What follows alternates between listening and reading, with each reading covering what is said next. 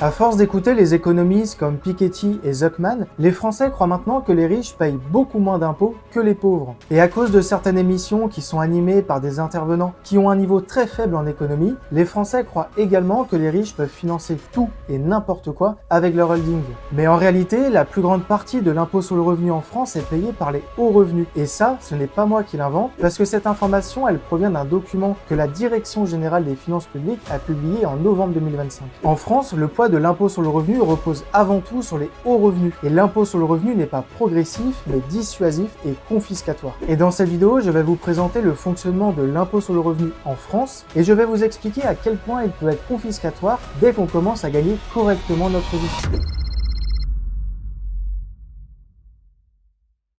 En 2024, en France, 41,5 millions de foyers ont déclaré leurs revenus. Parmi eux, seulement 19,6 millions, soit 47%, ont payé un impôt net positif. Avec ce chiffre, on comprend que moins d'un foyer sur deux paye de l'impôt sur le revenu en France. Le revenu total net déclaré est de 1541 milliards d'euros, ce qui représente 53% du PIB et 92 milliards d'euros d'impôts payés par les contribuables. Mais le poids de l'impôt payé repose avant tout sur les hauts revenus, et je vais vous le prouver. En France, un grand nombre de choses sont gratuites, comme l'école, la police, les pompiers et les pistes cyclables. Et pour financer tout cela, l'administration fiscale, elle prélève des impôts auprès de la population. Donc en valeur nette, elle taxe davantage les riches que les pauvres et redistribue l'argent de manière équitable.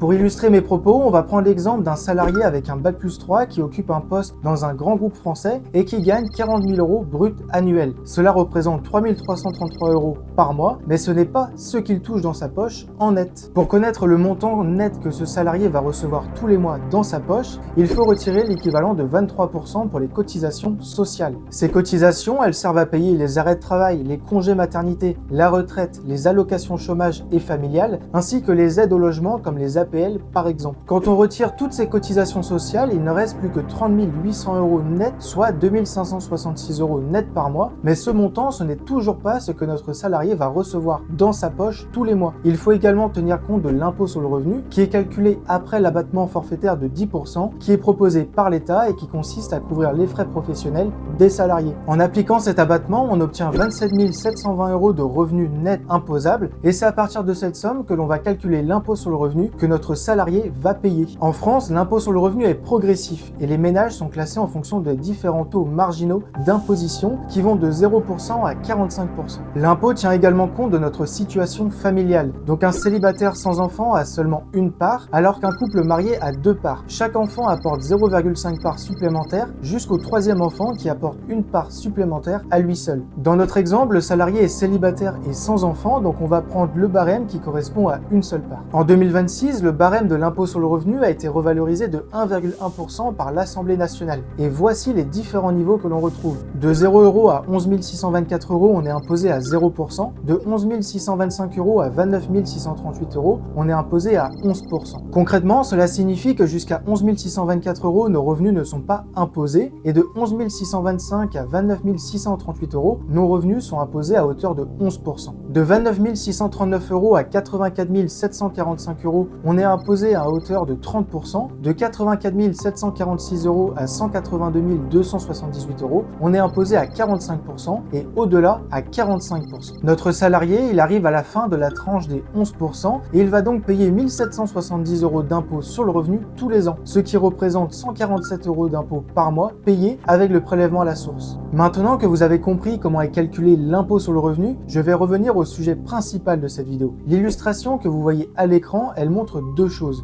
L'impôt sur le revenu repose avant tout sur les hauts revenus et en doublant de salaire, notre impôt ne double pas, il explose. Pour un salarié payé 18 000 € par an, l'impôt est inférieur à 50 € par mois. Pierre gagne 2 fois plus que Paul, mais son impôt sur le revenu est multiplié par 5,6. Marc gagne 2 fois plus que Pierre, mais son impôt sur le revenu est multiplié par 4,5. Thierry gagne 2 fois plus que Marc, mais son impôt sur le revenu est multiplié par 3. Et en bonus, Thierry gagne 8 fois plus que Paul, mais son impôt sur le revenu est multiplié par 73. C'est la preuve que ce système progressif, il fait que les revenus élevés supportent la part la plus lourde de l'impôt sur le revenu. En réalité, seulement quelques dizaines de milliers de foyers payent une portion très importante de l'impôt total sur le revenu en France. En France, le système ne fait pas mal uniquement quand on est tout en haut de la pyramide. Là où beaucoup se sentent vraiment piégés, c'est au milieu, quand vous basculez dans les tranches à 30% puis à 41%. Parce qu'à ce moment-là, vous pouvez être un cadre correctement payé, vivant à Paris, mais avec la vie d'un Français normal, avec des crédits, un loyer, des enfants, une voiture et des projets de vie à financer. Mais le problème, c'est qu'avec une imposition aussi élevée, le coût du prochain euro gagné est très élevé. Si vous êtes dans la tranche à 30% et que vous gagnez 1000 euros supplémentaires, 300 euros partiront aux impôts. Et si vous êtes dans la tranche à 41%, ce sont 410 euros qui iront directement chez les impôts.